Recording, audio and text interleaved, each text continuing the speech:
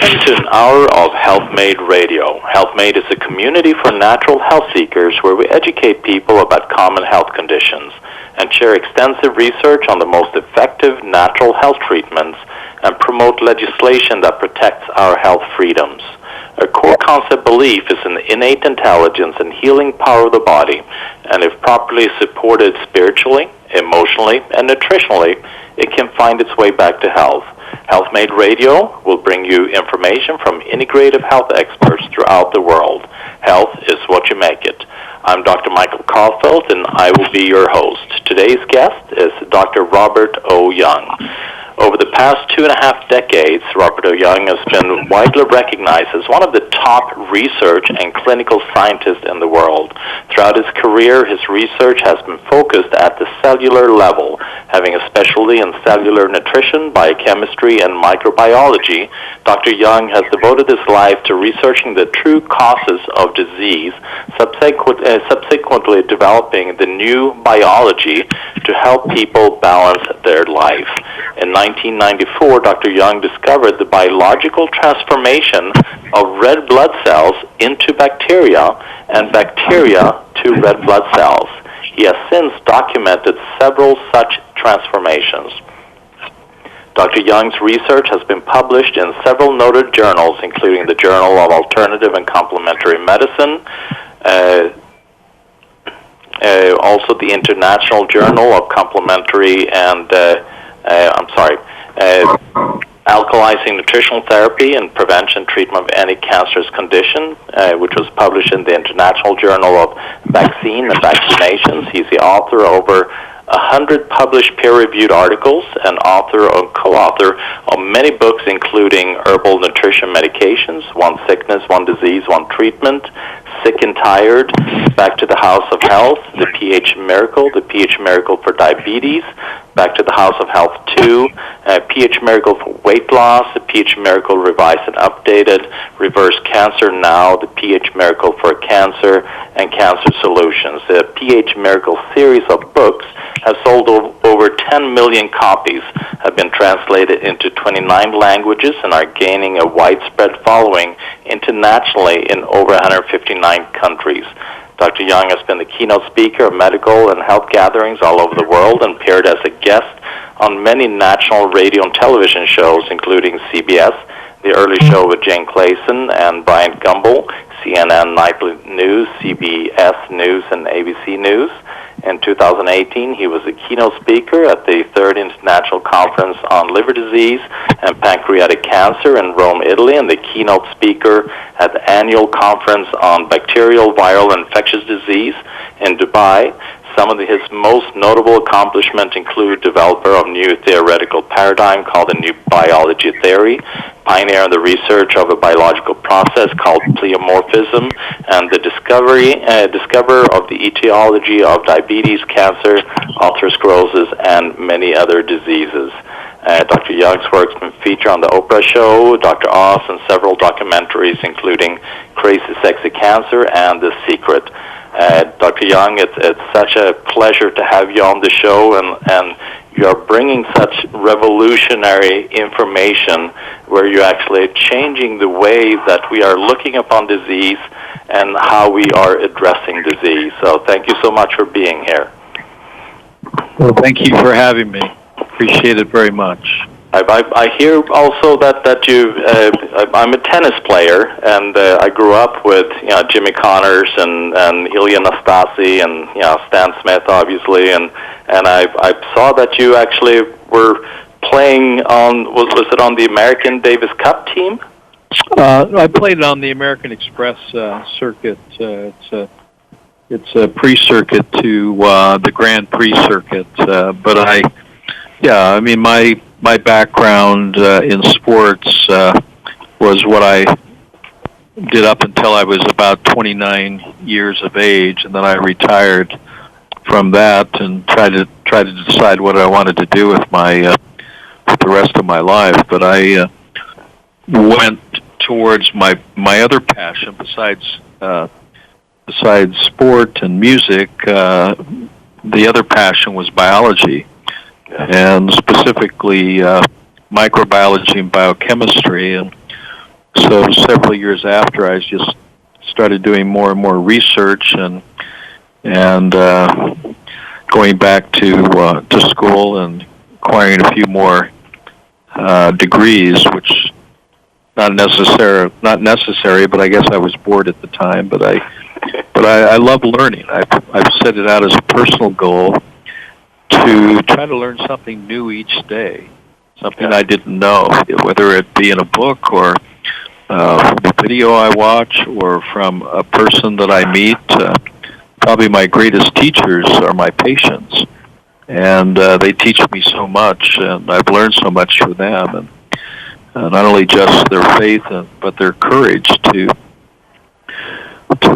go down a road that most people don't, and that's a complementary or alternative road that where we really deal with the underlying cause of disease and realizing that disease is nothing more than symptoms of something that's underlining, and that's what's brought me to some of the research that I'm doing today, and that's studying the largest organ of the human body and its fluids, which are called the interstitial fluids of the largest organ of the interstitium.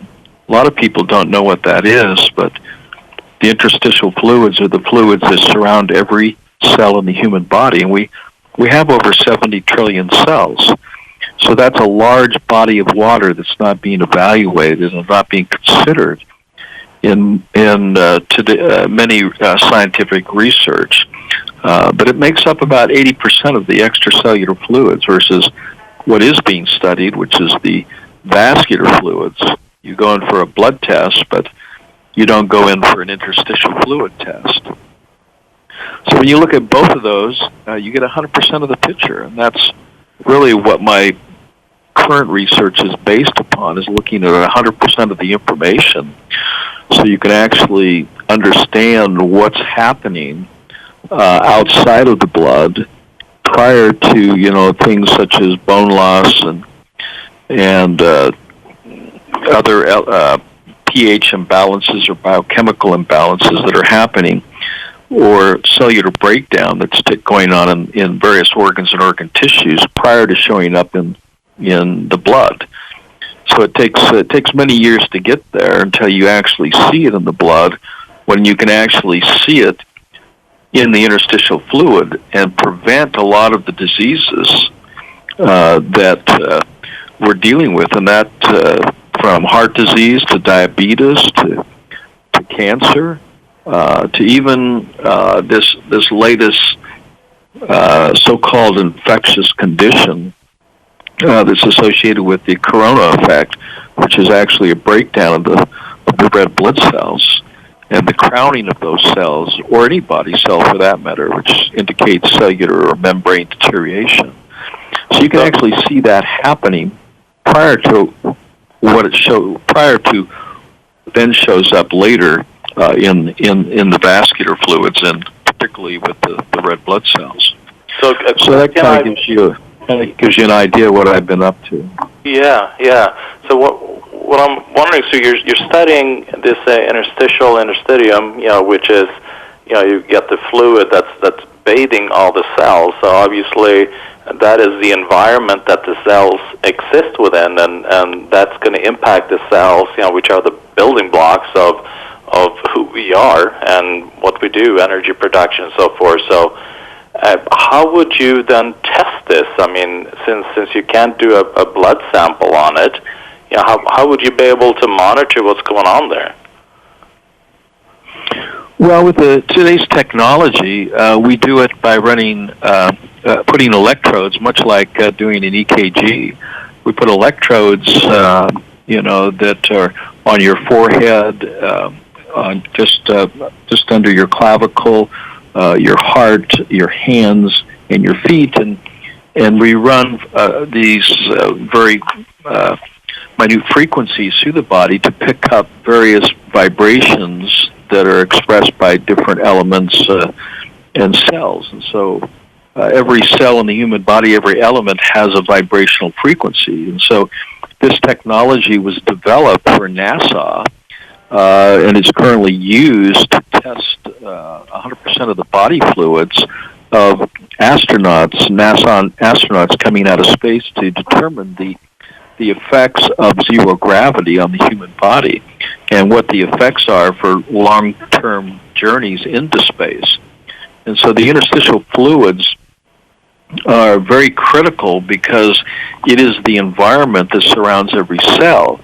Now, there are some technology that's being developed where it actually permeates the skin, so there's little needles on it, and those are pressed. There's multiple needles that are pressed into the skin to extract some of this fluid, but this is totally not invasive and goes far beyond what some of the research are doing right now, because there is no way currently under our medical system that you can go into a lab or to a clinic or to a doctor's office and ask for not only a blood test but an interstitial fluid test, which makes up 100% of your extracellular fluids.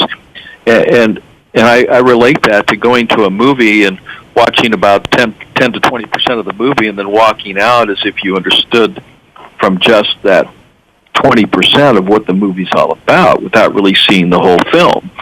And so if you don't have this information, what you end up with is a lot of false positives or false negatives. And we find it to be in the high 90% that where a lot of the diagnostics that are currently being done are inaccurate or incomplete. So there's a lot of false positives and a lot of false negatives.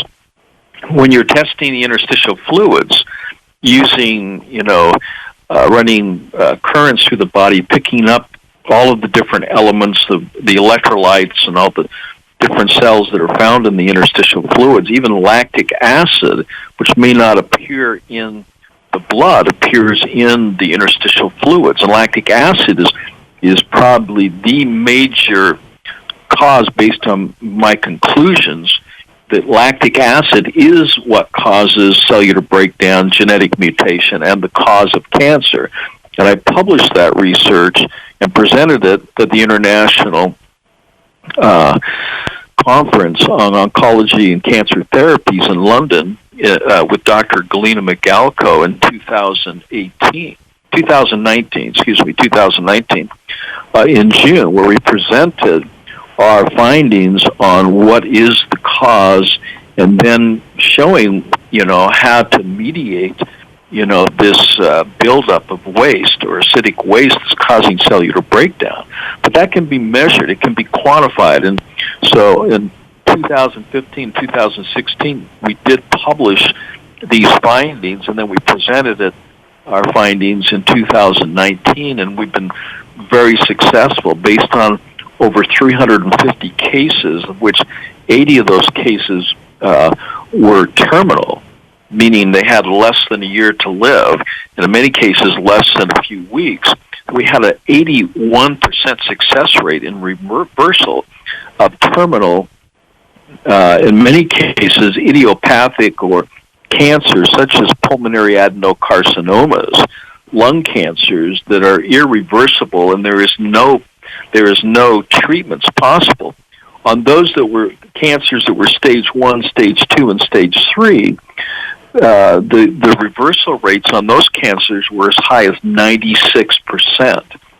Now, the reason why we're not getting 100%, because there's always those who are severely damaged, more so by the treatment than they are by the cancer itself. And so after one has been diagnosed and they go through treatments, many times the damage from radiation or chemotherapy or immunotherapy or the standard doesn't provide an environment. But what we found, that those who followed our protocols, there was 100% success in increasing life expectancy based on prognosis of 2.5 years longer life expectancy based on a pH Miracle for Cancer protocol than those of conventional type treatments.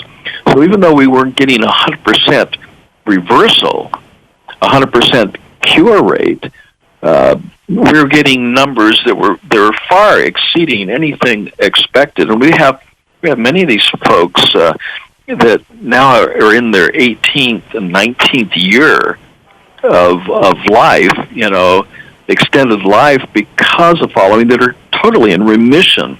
We just did an interview with one of our patients that had been diagnosed with terminal pulmonary adenocarcinoma, lung cancer, with less than a few months to live. And now she's in her 9th year. It's unheard of. And the reason it's unheard of is because it extends the quality and quantity of life, which I'm not sure is the objective of modern day medicine, is to extend quality and quantity. So I mean, that's a personal view, but as a scientist, for those who want to improve the quality and quantity of their life, this is all outlined. This has all been founded by close to 3.5 decades of research, working with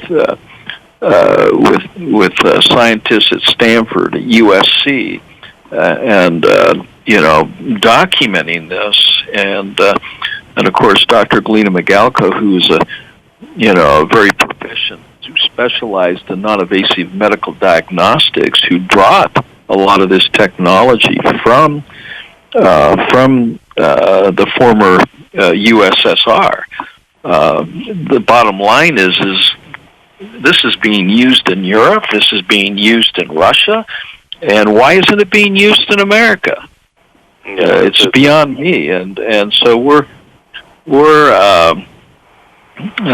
been very vocal of this. We've been back to Washington. We've shared, in fact, Dr. Galina Migalko specifically has shared, the benefits of non-invasive medical diagnostics, particularly for women.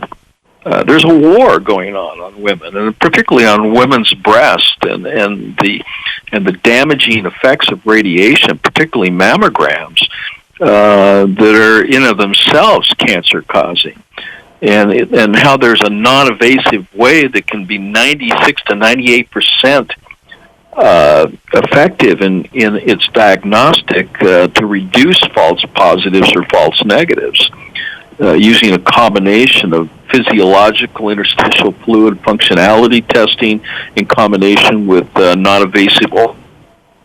So these diagnostic tools and the intelligence and the science and the technology is here, and it's unfortunate that we have so very few people that even know that it exists, let alone have the opportunities to go to their local doctor, which would be just ideal for them to do this type of testing. I think it's the hypnotizing effect of the media and the what the establishment is continually pushing out, and obviously we see that a lot with this so-called pandemic that we're dealing with, is that it's a messaging is so strong that it is hard for anyone to go opposite to that. And we're going to take a quick break.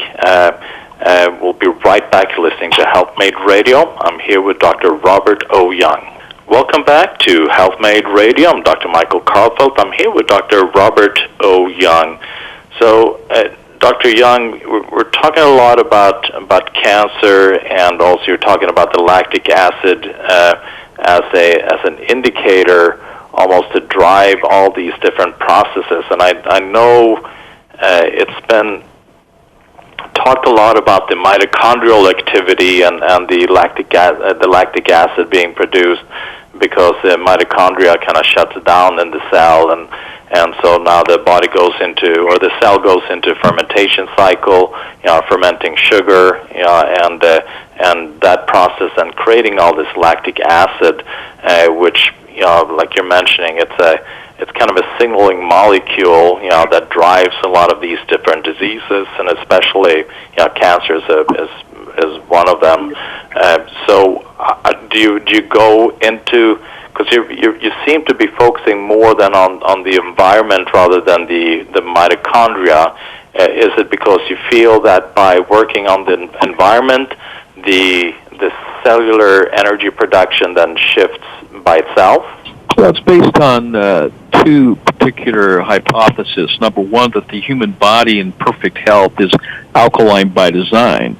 The second part of the hypothesis is that all functions of all organs, glands, all functions of the human body, breathing, thinking, moving, eating, all the processes, all the functionalities, produce acidic waste if not properly eliminated through the 4 and 5 channels of elimination. I say 5 for women, 4 for men, which is urination, defecation, perspiration, respiration for women, and the additional elimination is menstruation. That's why they live longer, because they're detoxing their body on a monthly basis. These are processes to remove waste products, from the interstitial fluid. So when we test our pH of our urine, urine is a product of that interstitial fluid. The ideal pH of urine should be of 8.4.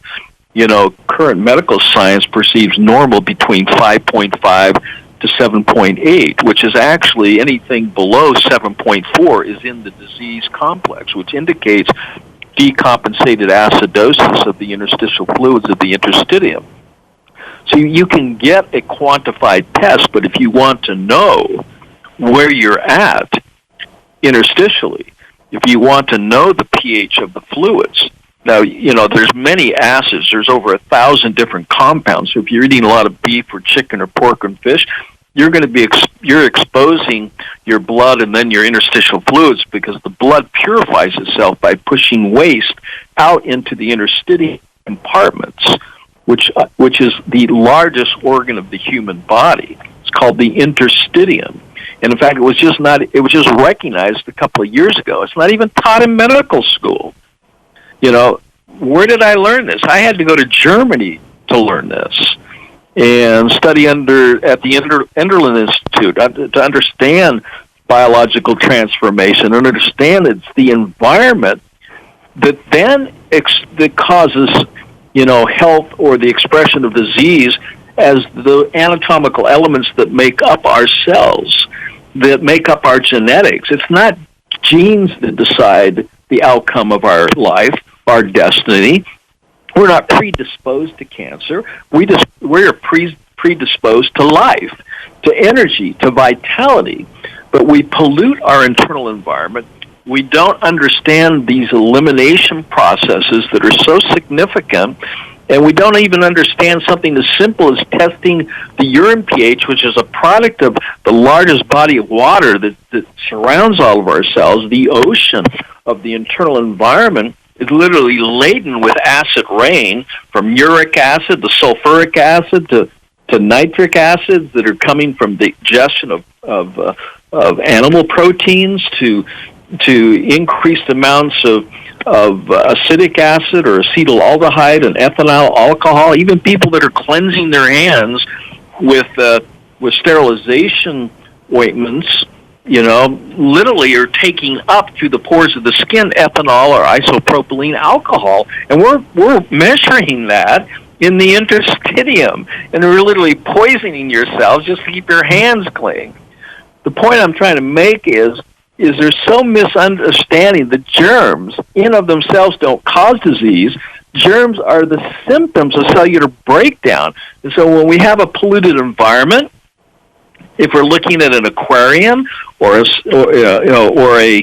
swimming pool and we don't care for that, we don't manage the internal environment, we don't correct the pH, we don't put the right elements within that to maintain its cleanliness and purity, then things start breaking down.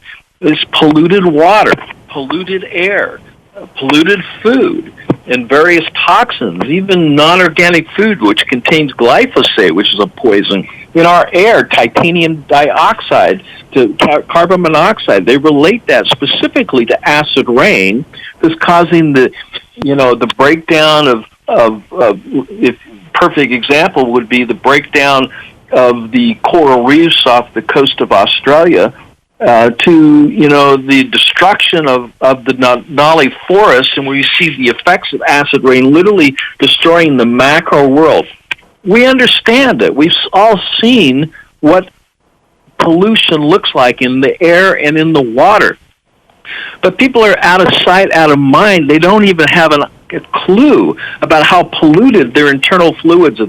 If you saw, and I visualized this under electron microscopes and under a phase and dark field microscopy, if you saw your own fluids under the microscope, you would be aghast.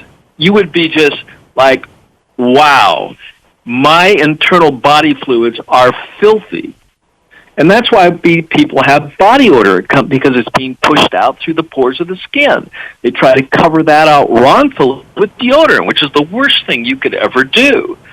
And then they don't understand how simple it is to manage and maintain the alkaline design of their bodies and cleanliness and purity from within that expresses then, vitality and well-being from the outside, is by simply measuring the pH of the urine and monitoring that and keeping that pH at least at 7.4 or above. Ideal when healing takes place. Even the production within our own bodies, the production of stem cells, embryonic cells that become the new blood, that become the new body cells, takes place at a pH of 8.4.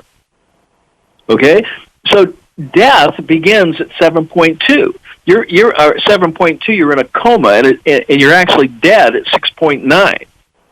And ideally, the blood tries to maintain itself at 7.365 at the expense of pushing all of the waste that you're putting in, your bodies from what you eat, what you drink, what you breathe, how you live, what you think, what you feel, and what you believe. These are the causes of disease.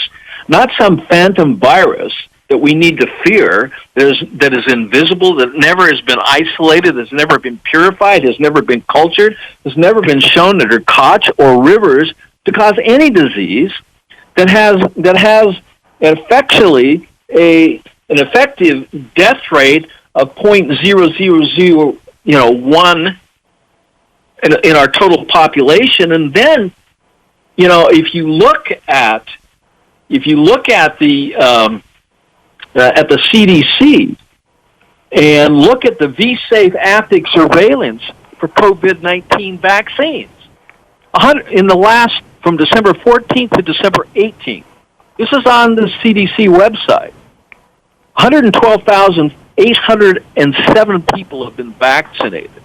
Out of that, there's been severe adverse effects, even death, of 3,150 people. Now, you're not going to hear that on mainstream, media.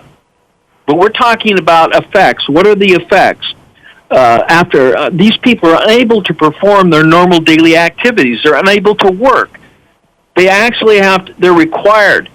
I mean, they need or require a doctor or a healthcare professional, to take care of them. And there's been several deaths which have not been reported. The bottom line here is you need to educate yourself and understand how your body works, and then protect yourself from these onslaughts, regardless of what the motivation is here. You have to realize this is your body, this is your life, this is your choice, and there is information that can empower you rather than remain in ignorance, that can protect you and the people that you love, your friends, your family. And to protect yourself, it's not to use disease to treat disease, but to restore internal cleanliness to the environment, so that cells and the genetics that are then expressed in a normal way, not in an abnormal way, can be expressed normally, that expresses then health, energy, and vitality, rather than sickness or dis-ease, which is an expression of the filthiness or the uncleanliness from within, and specifically which can be quantified and measured by testing the interstitial fluids of the interstitium. Yeah, I have so many follow-up questions on everything that you said, but let's take a quick break. You're listening to Health Made Radio. I'm Dr. Michael Karlfeldt. I'm here with Dr. Robert O. Young. He is the author of the pH Miracle books that have sold over 10 million copies, been translated in 29 languages. We'll be right back. Welcome back to Health Made Radio. I'm Dr. Michael Karlfeldt. I'm here with Dr. Robert O. Young, and we are discussing the pH and the importance of keeping a healthy pH, and when we don't, then we are expressing disease. And one of the things that you were talking about, I mean, you're mentioning the environment being the key, the environment inside the body, and when that interstitium, which is what all cells are bathed in, when that is healthy and clean, then the cells can be healthy and clean, and then we don't have to chase these different so-called pathogenic causes, like what we're dealing with right now. So one of the things I want to and you also mentioned that you studied over at Enderlin Institute in Germany, and one of the fascinating things that relates to that is what I mentioned in the introduction, is that you were observing how a red blood cell transformed into bacteria and then vice versa. So here we're talking about something called a pleomorphism, and where things that we see may not always be that static. It can actually change forms. And I know back in the early 1900s, you had Dr. Royal Rife that was using a powerful microscope to be able to observe similar things. So tell me a little bit about that, and I also would like you to kind of go into in regards to this question about viruses, and then also some of the what do they call these exosomes? People are talking about what is the difference between an exosome and a virus, and I think that's kind of interesting, especially now when we're dealing with this so-called COVID-19 that, like you said, nobody has seen, nobody's isolated, and we're now creating a whole pandemic based upon that. Can you expand a little bit upon? I know I gave you a lot, but I know you have a lot to say about it. Well, pleo means many, morphism means forms, many formism, and so after the cremation of the body, what is left but the dust? That's living, indestructible matter, which cannot be created nor can it be destroyed. It's a law of physics. Matter cannot be created. It can only organize or disorganize. This is what happens to the food in your refrigerator. It changes, and it's coming from the inside out, not from the outside in. So I call this an outfection. An outfection is the deterioration of organized matter as it's changed because of its exposure to the environment. Infection is the germ theory mentality, which is actually a fake theory that suggests that germs invade the body and then attack the cells, or can damage the DNA or infiltrate the DNA or become part of the DNA. This is only a contributing factor. It's not causative. If it's like taking seeds and throwing them into soil, they grow perfectly well. It's an environmental fact. If you take seeds and put them and throw them on concrete, they don't grow because the environment's not conducive. So germs of the air are nothing more than animal, human, plant matter that's gone airborne that we can breathe in. But it also comes from, the proteins or the genetic matter can come from the breakdown products from beef, chicken, pork, or fish. And those can also get into the bloodstream, but then if we pollute our environment, cells can break down. As cells begin to break down, they literally emit proteins. One of those is an exosome, and the reason for the release of an exosome, which has been identified identically to HIV and has been shown to be the COVID-19 novel coronavirus, which is actually coming from the inside out, not the outside in. And that protein, that exosome, is a release to prevent, to do repair proteins, to activate the endothelial cells, to then activate the clotting factors so that you don't bleed internally. So the exosomes have a restorative purpose. It's an alarming situation when they're seen, but when they are present in the fluids of the body, they're there to help an alarming situation that's been brought on from what we eat, what we drink, what we breathe, how we're living our life, being exposed to environments, both externally and how we manage and maintain the delicate cleanliness and pH balance of our internal fluids. And, of course, as I've mentioned, that can be measured by testing the pH of the internal fluid. So by testing the urine specifically and maintaining that ideally at 7.4 or above, not 5.5, not 6.5, not even 7, but above 7.4. And you can do that by introducing the very compounds that the stomach is responsible, which is at the forefront of immunity. It is the stomach, not an organ of digestion, but an organ of contribution to manage and maintain the alkaline design of the body. This is controlled by the astrocytes of the brainstem. The nucleus totalis solitaris astrocytes is a bundle of glial brain cells in our brainstem that controls homeostasis of all of our body fluids, our body temperature. Every functionality that goes on is controlled by that. It is being suppressed by social distancing. It is being distressed or stressed by wearing a mask, which causes hypoxia, oxygen deprivation, that leads to pathological blood coagulation, which leads to a change of the environment, an increase in acidity, and a disturbance to the cell membrane, which then gives rise to the release of exosomes to protect the body from internal bleeding, because acids, when cells are breaking down, and the body's inability to remove its own waste product, because of that cellular breakdown, which also incorporates even more acidity, this builds up to a point where the body has to protect itself. So exosomes are repair proteins. They're activators. They're the precursor to the clotting factors that go on. And those who are passing from this so-called coronavirus, which is, once again, has never been scientifically identified, isolated. Isolation is the key. And then purified and isolated, and then cultured and then reintroduced to show that it is contagious. That has never been proven. That's why I've mentioned in my writings that coronavirus only exists as a concept on a piece of paper. It's a computer-generated program that's based upon analyzing about 15 to 30 nucleic acids of something that they've theorized has over 30,000.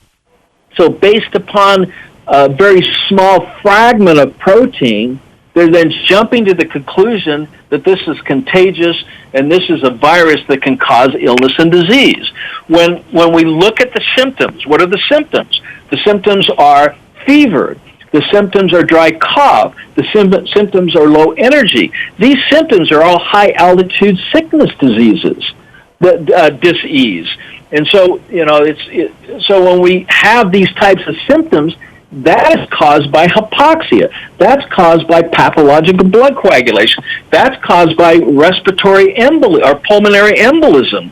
What's happening is the blood is thickening within, and the blood cannot release its waste product of carbon dioxide in the lung, which is one of the elimination organs, and pick up fresh oxygen, to deliver back to the cells. And so we're gradually, literally, going into this pathological blood coagulation, which is not caused by a virus. It's caused by hypoxia. It's caused by poor circulation. It's caused by improper eating habits, drinking habits, and being exposed to pollution. And one of the major disturbing factors that causes pathological blood coagulation leading to hypoxia is magnetic fields and electrical fields, EMF, radiation poisoning. At 2.4 gigahertz, which is the same pulsating vibrational frequency that you microwave your food at, we are being microwaved. And we're talking about not 5G, we're talking about 4G. 4G, even down to 2G, even 1G at 400 to 900 megahertz. And a study that Dr. Beverly Rubik and myself did in London, England, in conjunction with BBC. This is in 1999. We published in 2001 the effects of electromagnetic radiation on the human biofield, ranging from 400 megahertz to 800, 900 megahertz. And this whole idea that this radiation is harmless is a tragedy, because it is harmful, and it does affect the internal environment, and it does cause cellular membrane breakdown. And when it gets up to the higher gigahertz, to 8 to 10 to 30, it literally destroys the hemoglobin of the blood and sends you into a place where, you have more of these what are called codicytes. But codicyte is nothing than a bullseye or a hole in the red blood cell, because it's literally empty of hemoglobin. Well, why is that so significant? Well, the hemoglobin is what catches onto the carbon dioxide to remove it out through the lungs, or catches onto or attaches to the oxygen to take it into the body. And so you end up suffocating. That's why these people have to be ventilated. But here again, you cannot solve this problem with ventilation. You have to literally use anticoagulants. You have to use things like, unfortunately, which is being used by other countries, where we're talking about this hydroxychloroquine, because it raises the pH of the interstitial fluids and the intracellular fluids. It's life-saving. And all the countries in the world that are using hydroxychloroquine, who are using an alkalizing approach, their death rates, their caseloads are significantly low. Significantly low. We have the graphs on this. And the countries that have banned it or not using it, are not using this alkalizing approach, are the ones with the highest caseloads, the highest incidence of deaths or mortality, or showing up in other countries that are actually not making this available. Let's so it's a tragedy. Yeah, Dr. Young, I want to expand on that a little bit more. Let's take a quick break. You're listening on HealthMade Radio. I'm Dr. Michael Karlfeldt. I'm here with Dr. Robert O. Young. We'll be right back. Welcome back to HealthMade Radio. I'm Dr. Michael Karlfeldt. I'm here with Dr. Robert O. Young. And so I want to kind of expand on that a little bit more, or ask a little follow-up question. So, because obviously there was, people getting sick in larger numbers, so it almost looks like, that there was some kind of infection going on, starting from Wuhan and so forth. So how do you explain that there's a larger group of people at a certain amount of time that are getting sick with similar symptoms?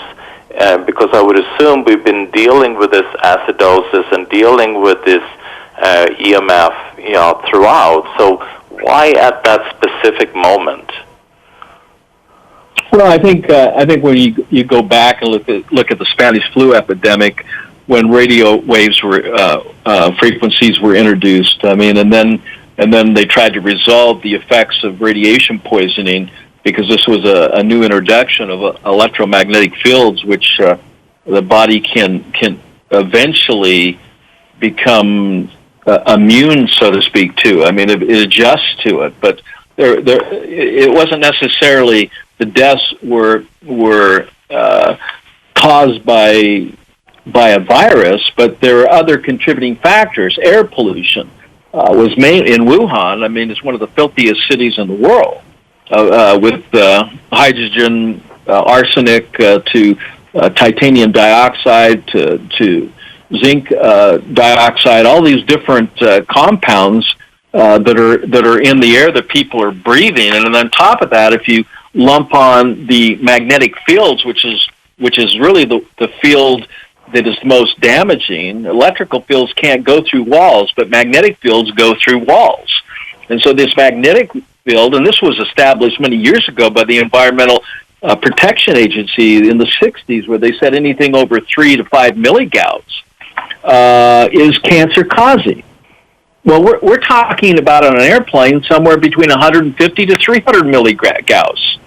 And then when we look at this magnetic field, when we're dealing with something like Wi-Fi, you're up above 100 milligauss. So you take that chaotic pulsating frequency that's literally pounding on your cells, and you take that up a notch, up to 8 gigahertz, from like 4 to 900 megahertz, and you're pulsating that over time.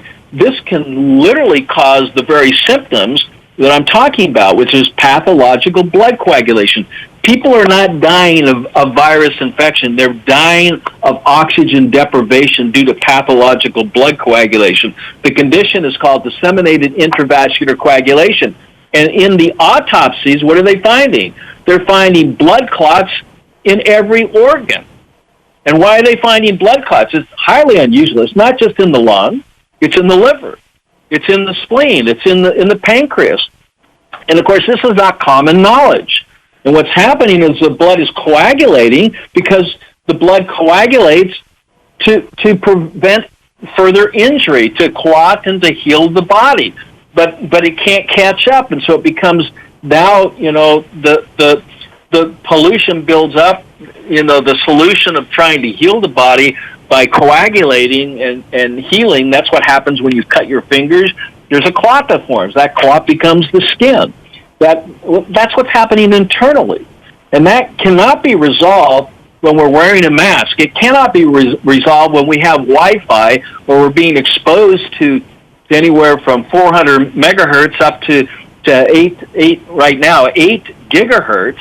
And, of course, eventually, they're talking about the Internet of Things, which is going to run anywhere from 98 up to 300 gigahertz.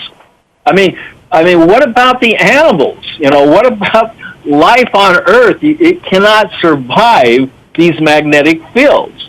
And the Russians know this, the Chinese know this, and EMS scientists in America know this, but it's being used as a weapon. What are the satellites that are going up? Over 20,000 satellites to develop a matrix to connect all this together. And it's tied into 4G because 4G supports 5G. And now there's a race to space to put up satellites to connect themselves, because it's no more nuclear war. It's now electromagnetic frequency war. And these toxins are real. You can feel them if you have lightheadedness, if you have dizziness, if you're experiencing a dry cough. These are all the symptoms of electromagnetic poisoning. And then on top of that, if you're dealing with air pollution, if you're dealing with light pollution, water pollution, food pollution, that all compounds everything. And where is this happening at the greatest concentration? It's happening in the greatest concentrations in the larger cities where Wi-Fi is being set up. Where Wi-Fi is and these frequencies are in concentration, where people are going to these, for faster service, for faster downloads. This all requires a field of energy that is harmful to carbon creatures like ourselves.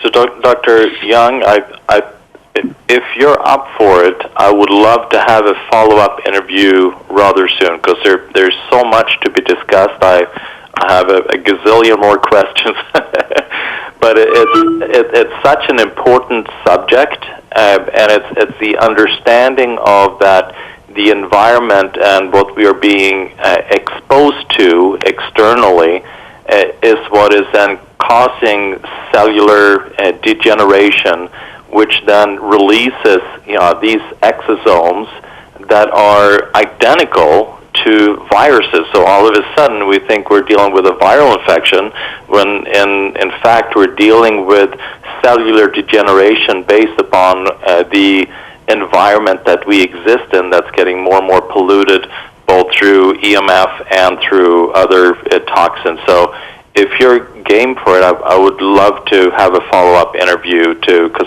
there's so much more that there's so much wealth of knowledge in you.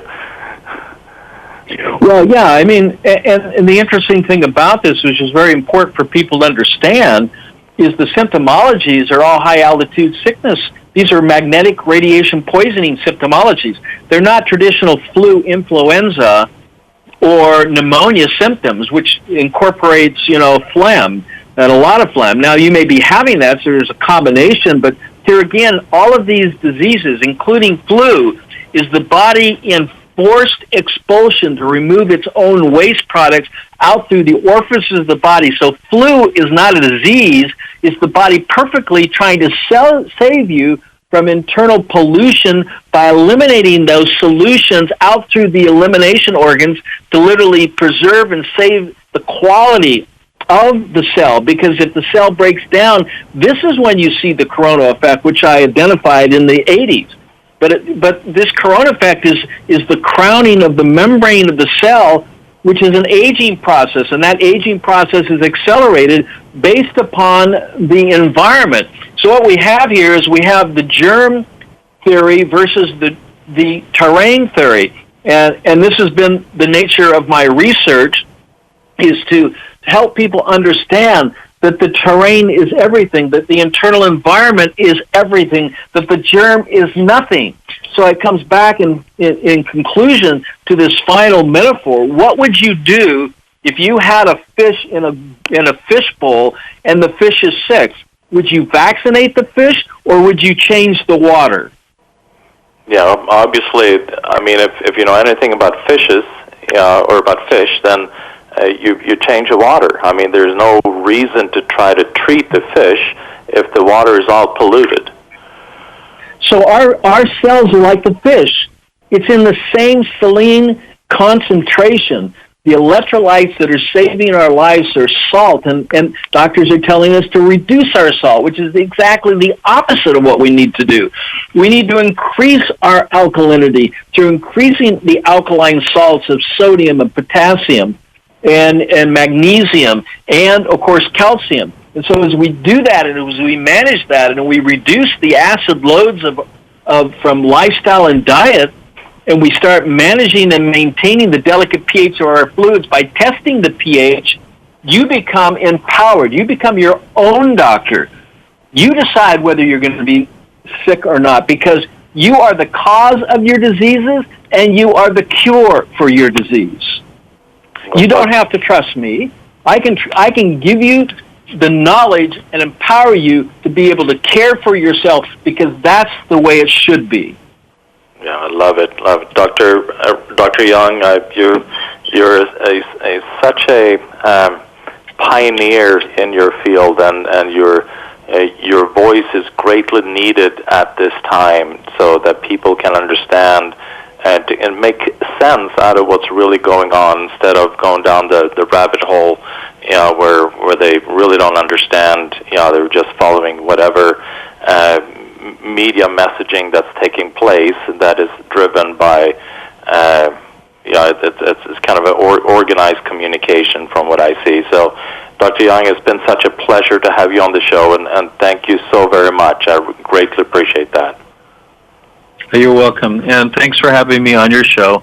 All the best, and all the best of health to everyone. Managing and maintaining your health is so critical, and having the knowledge to do that, it's here, it's available. You just have to start, engaging in it and reading and studying and empowering yourselves. And I highly recommend that. It's knowledge that saves. People are dying from ignorance, not from disease. But with knowledge is power. You can save yourself. You can extend the quality and quantity of your life for yourself and your family, your loved ones.